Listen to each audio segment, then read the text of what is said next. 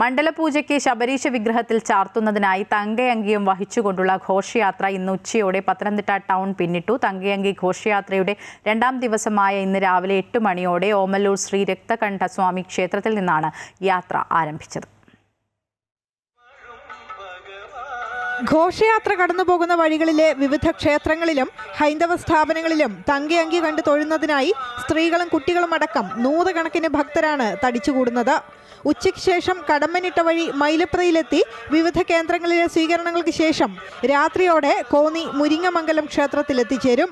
ഇന്ന് രാത്രി അവിടെ വിശ്രമിച്ച് നാളെ രാവിലെ 8 മണിക്ക് യാത്ര പുനരാരംഭിക്കും. റാന്നി വഴി വിവിധ കേന്ദ്രങ്ങൾ സന്ദർശിച്ച് രാത്രിയോടെ പെരുന്നാട് ധർമ്മശാസ്താ ക്ഷേത്രത്തിൽ എത്തിച്ചേരും. 3-ാം ദിവസം രാത്രി ഇവിടെ വിശ്രമിച്ച് പിറ്റേന്ന് പുലർച്ചെ യാത്ര തുടരുന്ന ഘോഷയാത്ര ലാഹാസത്രം വഴി പമ്പയിലെത്തി യാത്ര തുടർന്ന് വൈകുന്നേരത്തോടെ ശരംകുത്തിയിൽ എത്തിച്ചേരും. ശരംകുത്തിയിൽ നിന്ന് തിരുവിതാംകൂർ ദേവസ്വം ബോർഡ് ഭാരവാഹികളും ഉദ്യോഗസ്ഥരും ചേർന്ന് തങ്കയങ്കി ഘോഷയാത്രയെ സ്വീകരിച്ച് സന്നിധാനത്തേക്ക് ആനയിക്കും. 18-ാം പടി ചവിട്ടി സന്നിധാനത്തെത്തുമ്പോൾ ശബരിമല മേൽശാന്തിയുടെയും മറ്റ് ശാന്തിക്കാരുടെയും നേതൃത്വത്തിൽ തങ്കയങ്കി ഏറ്റുവാങ്ങി പുണ്യാഹം തളിച്ച് ശ്രീകോവിലിലേക്ക് കൊണ്ടുപോകും. തുടർന്ന് തങ്കയങ്കി ചാർത്തിയുള്ള ദീപാരാധന നടക്കും. 27-ന് രാവിലെ 10:10-നും 11:30-ക്കും ഇടയിൽ ഭഗവത് വിഗ്രഹത്തിൽ തങ്കയങ്കി ചാർത്തി മണ്ഡലപൂജ നടക്കും. അമൃത ന്യൂസ്, പത്തനംതിട്ട.